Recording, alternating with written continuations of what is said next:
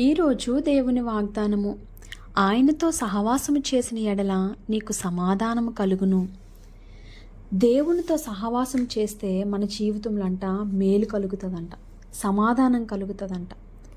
కానీ మన లైఫ్లో మనం మొదటగా చూసుకునేది ఏంటంటే, మనము ఎవరితో సహవాసం చేస్తున్నాము. ఈ సహవాసం, ఈ వ్యక్తితో, పలానా వ్యక్తితో సహవాసం చేయడం వలన నేను నా దేవునికి దూరం అయిపోతున్నానా, లేకపోతే నా జీవితంలో నేను ఏదైనా నష్టపోతున్నానా, నా జీవితంలో ఉన్న సమయాన్ని నేను నష్టపోతున్నానా, నా కుటుంబంలోని కలహాలు వస్తున్నాయా, లేకపోతే నా ధనము నష్టపోతున్నానా. మన సహవాసం అనేది మనం చాలా జాగ్రత్తగా చూసుకునేవారుగా ఉండాలి. దేవుడు ఆ జ్ఞానాన్ని మనకి ఇవ్వాలని మనం ప్రార్థన చేయాలండి.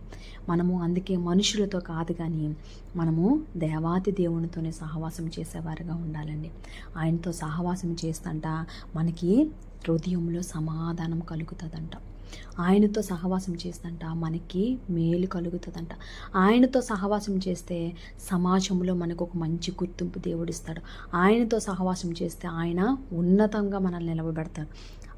ఆయనతో సహవాసం చేస్తే మనల్ని అనేక జనుల మధ్య మనల్ని హెచ్చించబోతాడు.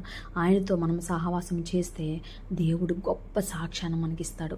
మనం దేవునితో సహవాసం చేస్తే శ్రమలు రావని కాదు, కానీ ఆ శ్రమలు ఎదురించే గొప్ప ధైర్యాన్ని, గొప్ప బలాన్ని దేవాతి దేవుడు మనకిస్తాడండి. నిజంగా జీవితం ఎప్పుడూ ఒకేలాగా ఉండడం కాదు, కానీ మన జీవితంలోని ఒక శ్రమను జయించిన తర్వాత వచ్చే ఆనందము ఎంతో గొప్పది. అటువంటి గొప్ప ఆనందము దేవుడు మనకు కలుగు చేస్తాడండి.